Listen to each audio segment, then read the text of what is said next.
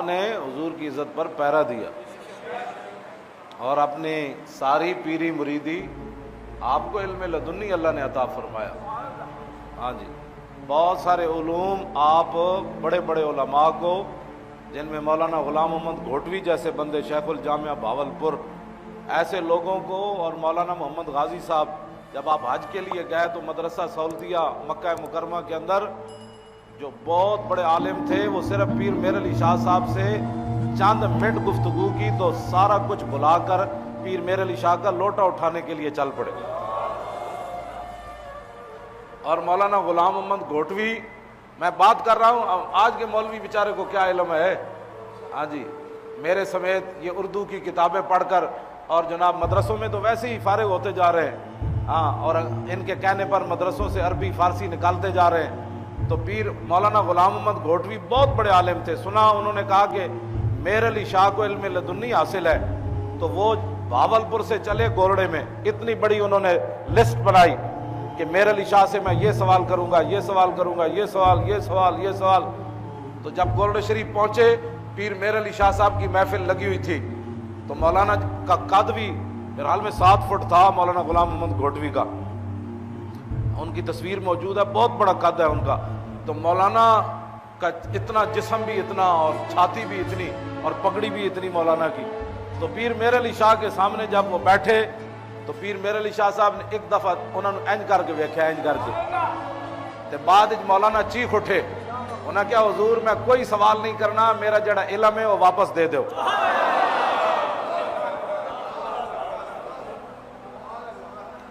اتنے بڑا سوال، ایک نگاہ پائی پیر میر علی شاہ نے تے سارا علم انہوں دا سلب کر لیا، بالکل ان پڑھ ہو گئے. کہنے لگے حضور میں کوئی سوال نہیں کرنا، ساری زندگی پیر میر علی شاہ دا لوٹا چاہی پھرے. اتنے بڑے بڑے لوگ پیر میر علی شاہ کے سامنے دم نہ مار سکے. ہاں جی، دم نہ مار سکے. اور سیف چشتیائی جو کانے نے لکھی تھی سورہ فاتحہ کی تفسیر قیدیانی نے، آپ نے پھر سیف دا معنی کیے جی، تلوار کے امن. ہاں پیر، ہاں ساڑھے بزرگ تک کتاباں دے نام ہی تلوار رکھ دے رہے.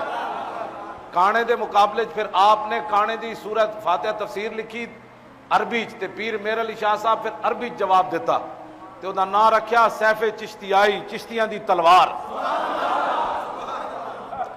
چشتیاں دی تسبیح ہو رہے.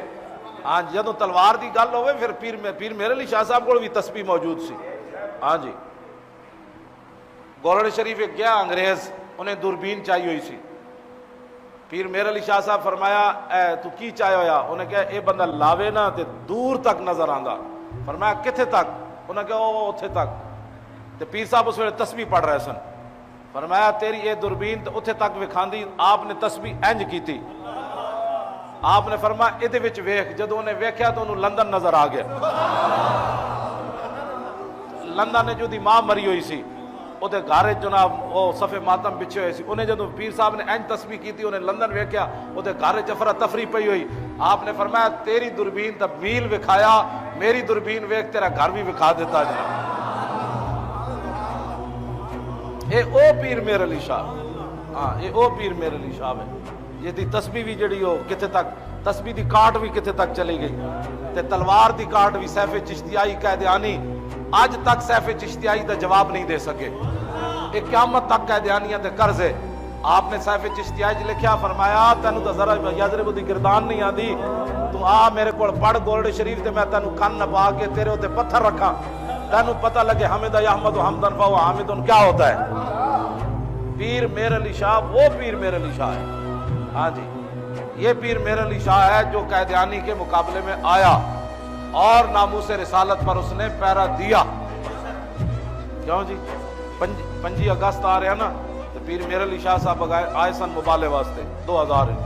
پیر میر علی شاہ صاحب فرمایا کانیا اور تو کہنا میں نبی ہاں، تو میں آ گیا 5 اگست 2000 نے نا 1900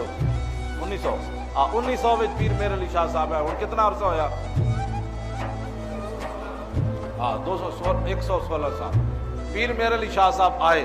چلے او جنہ حضور دی عزت ہوتے کم کیتا ہوئے نا، قیامت تک اقبال کہتا ہے عشق سلطان است و برہان مبی، عشق را ہر دو عالم زیر نگی، لا زمان و دوش و فردائے عزو، لا مکانو زیرو بالا یزو. اقبال کہندا عشق ہے لا زمان لیکن قیامت تک جدا تذکرہ ہونا ہے حضور دی وجہ تو ہونا ہے.